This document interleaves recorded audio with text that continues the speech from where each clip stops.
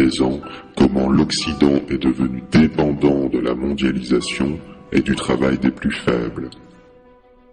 Malgré que nous soyons les plus grands consommateurs de matières premières, nous possédons également la plus grande économie immatérielle.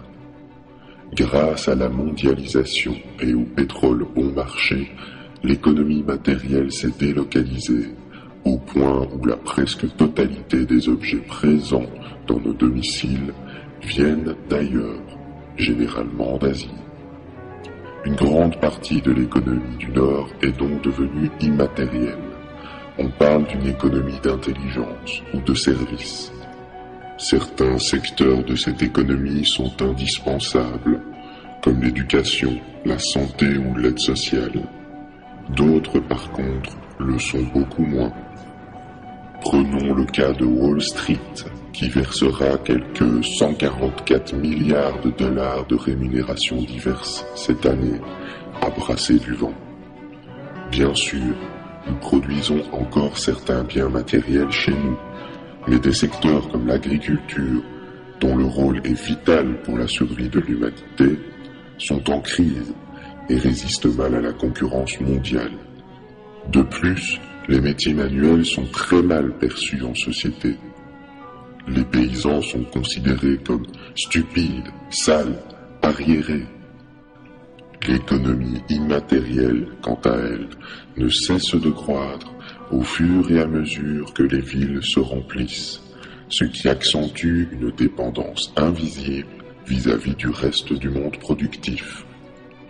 Ainsi, une quantité faramineuse d'emplois ne servent strictement à rien, si ce n'est à perpétuer le système lui-même et à combler un chômage potentiellement astronomique. Malheureusement, la population ignore souvent à quel point leur survie est dépendante des autres secteurs, très éloignés, trop éloignés. En Île-de-France, la dépendance alimentaire est de 4 jours seulement.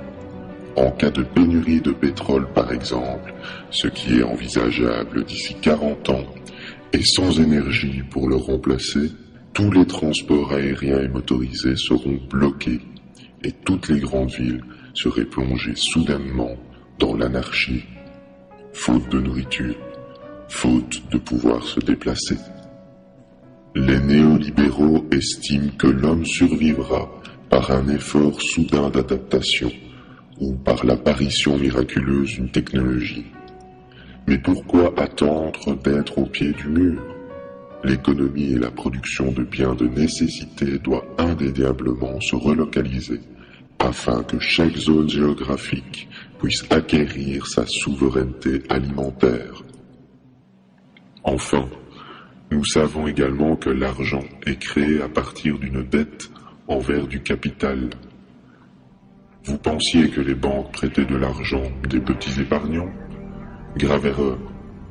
À partir d'un euro réel, les banques peuvent distribuer plusieurs milliers d'euros sous forme de dette.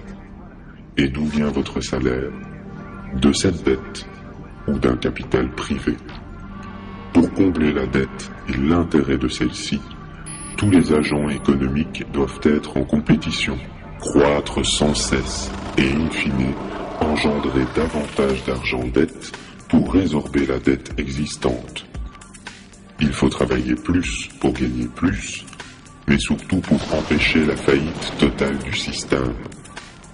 C'est une course sans fin, savamment orchestrée, pour enfermer les hommes dans le cycle travail et consommation. Lors d'une catastrophe comme le tremblement de terre en Haïti, il s'est passé la même chose. La Banque mondiale a prêté des centaines de millions. Le pays s'est endetté, les entreprises étrangères se sont installées et la population locale travaille pour rembourser la dette. Le tout est possible grâce à la croissance économique ininterrompue et à la confiance des acteurs en cette croissance. Or, mathématiquement et matériellement, la croissance sans limite est impossible. Premièrement, car nous sommes dépendants de la Terre et de ses ressources. Deuxièmement, car l'homme ne peut pas être pressé indéfiniment. Et troisièmement, car la croissance tend vers l'infini, ce qui la rend de plus en plus insoutenable chaque année. Concrètement, le développement des pays du Sud se fait par leur endettement vis-à-vis du Nord, obligeant ainsi les pays émergents à adopter l'économie occidentale tout en exploitant leurs ressources au bénéfice de l'Occident. C'est une manière d'acquérir des ressources par la ruse sans recourir à la violence. Or, nous savons qu'il est strictement impossible que ces pays consomment comme nous, sans une baisse de consommation volontaire ou forcée de notre part. La Chine est d'ailleurs un des rares pays du Sud à envisager ce problème. Le pays dépense des fortunes dans l'achat de terrains en Afrique, afin d'y produire de la nourriture qu'elle puisse importer plus tard. Cette pratique démontre que pour atteindre un niveau de vie occidental, un pays doit nécessairement exploiter la force de travail et les ressources d'autres peuples. Cette situation est paradoxale, car seule une poignée d'individus profite réellement de la situation. Chez nous, non seulement notre mode de vie nous endette envers des institutions financières invisibles, mais nos chefs d'État sont forcés de se soumettre à elles en adoptant des politiques d'austérité. La société de consommation ne fait que renforcer notre endettement, notre soumission au travail, notre dépendance aux ressources du Sud et par la même occasion, la crise écologique et sanitaire. Comment arrive-t-il à vous convaincre de travailler plus, alors qu'en 2 semaines à peine, un homme produit autant de richesses aujourd'hui que pendant toute l'année 1900. Nous savons également que dans les sociétés primitives, 2 jours par semaine suffisaient à offrir un toit, à manger et à répondre aux besoins de la communauté. Sans glorifier le passé, imaginez ce qui serait possible avec nos techniques modernes des milliers de fois plus productives. Grâce aux nouvelles technologies, aux gains de productivité et à l'effort collectif, nous aurions dû évoluer naturellement vers une société moins travailleuse, axée sur le partage de ce qui est produit en surplus par une réduction générale du temps de travail. Se libérer du travail, ce que nous appelons le chômage, était une fatalité, un aboutissement de l'évolution. Nous en avons fait un tabou. Comme ce fut le cas tout au long de l'histoire humaine, un système en remplace un autre quand il atteint ses limites. Ce dont nous avons besoin, ce n'est pas seulement d'une révolution économique, mais également d'une révolution psychologique, d'un basculement des valeurs qui mènera à un changement de paradigme vers une société où l'égalité prendra un sens réel. Cela ne signifie pas que le travail va cesser d'exister. Une société sans activité ne peut pas être viable.